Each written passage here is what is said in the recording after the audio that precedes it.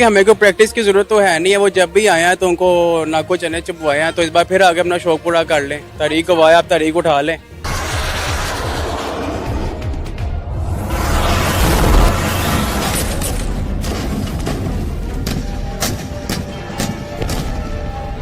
वो पाकिस्तान से वॉर करे, ठीक है ना।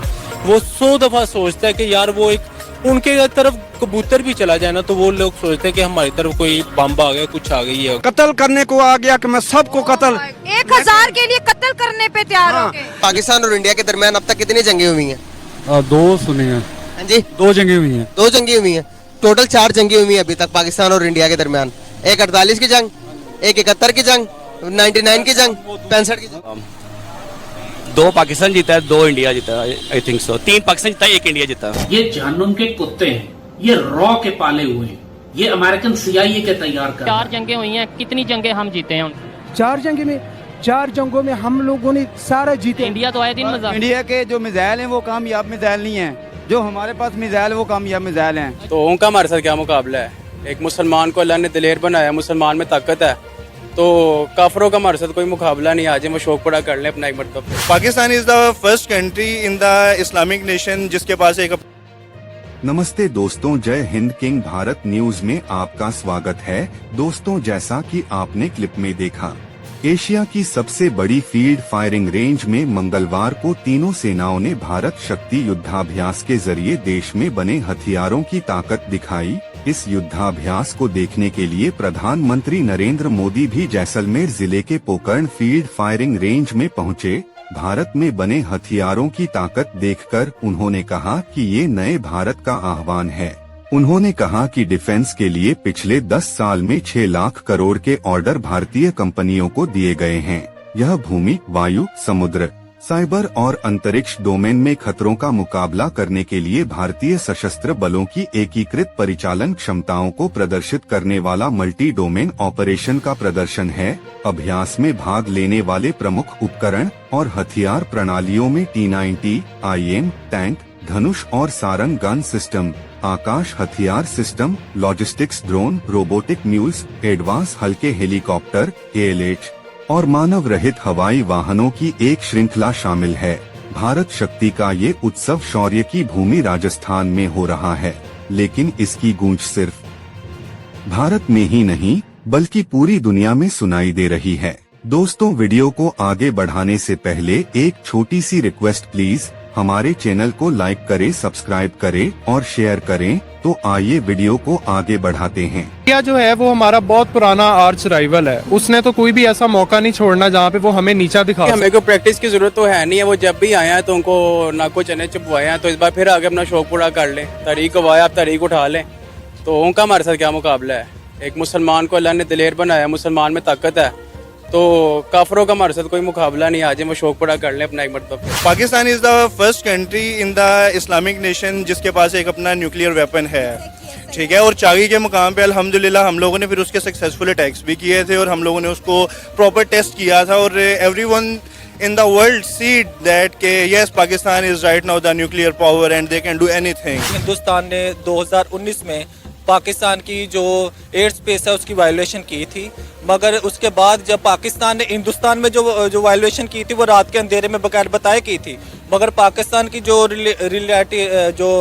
जवाब था वो ऐसे था कि उन्होंने बताया कि सुबह 4 बजे उनको घर में घुस के उनको जवाब दिया। हम अल्हम्दुलिल्लाह कलमा पढ़ते हैं, तो हमें नहीं ज़रूरत है। हमारा आम बंदा, इवन के मेरे जैसा स्टूडेंट बंदा, मेरे सामने उनका जौन सा मर्जी बंदा आ जाए, मैं तैयार हूँ शहीद होने के लिए भी, लड़ने के लिए भी उनसे। मुझे नहीं पढ़वा कि मुझे किसी प्रैक्टिस की ज़रूरत है।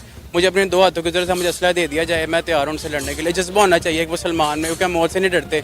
उनमें खौफ बहुत ज़्यादा है हमारा ना, इसलिए वो अपनी तैयारियों में ऐसी वीडियो लॉन्च करेंगे, अपनी तैयारियाँ करेंगे।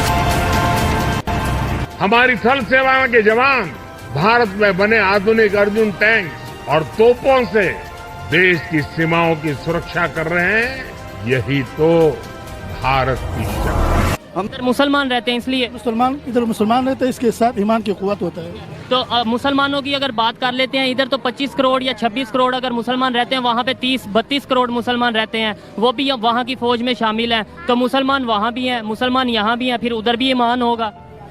नहीं है या ईमान से काम नहीं चलता। ईमान बहुत अच्छी चीज़ है और ईमान पे ही पाकिस्तान कायम है।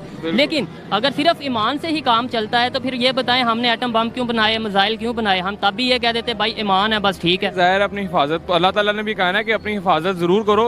आयतुल हम कभी मौका आया, ऐसा मौका बना तो बताएंगे उनको।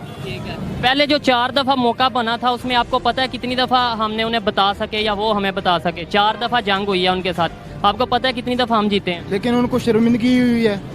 अफगानिस्तान के पास कोई जदीद हथियार थी और कलमे का ताकत था। तालिबान ने अमेरिकी सुपर पावर को जो आज भी हम अपनी टेरिटरी में रहते हुए कुछ भी करेंगे that is good for them. हमारी टेरिटरी में एक बार भी वो आने की कोशिश करेंगे।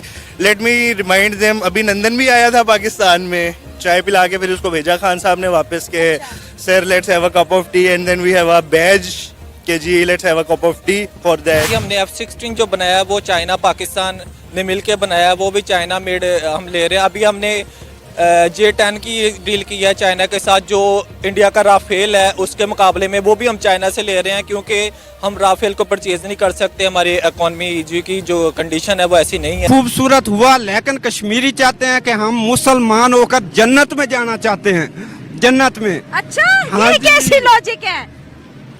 हाँ जी, वो कहते हैं कि हम इंडिया के साथ, इंडिया कहता है ना कि हमारे साथ मिलें या जिधर कहीं ना कहीं मिलें, वो कहते हैं हम इंडिया के साथ मिल गए तो हम गए दोज़ख में, ना हम नमाज पढ़ सकेंगे। क्या बात कर रहे हैं आप? इसके हवाले से जो हमारे बड़े लीडर हैं उनको सोचना पड़ेगा कि हम अपनी आवाम के ऊपर इतना जुल्म क्यों कर रहे हैं। तो कम से कम अफगानिस्तान से सीख लें, सही बात है, हिंदुस्तान से सीख लें।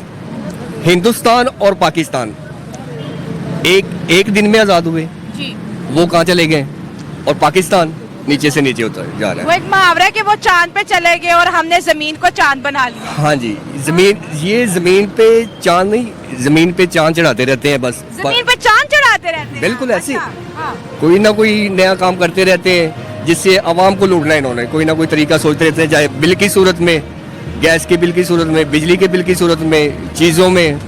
तो बहुत आवाम के साथ जुल्म हो रहा है, पाकिस्तानी आवाम के साथ।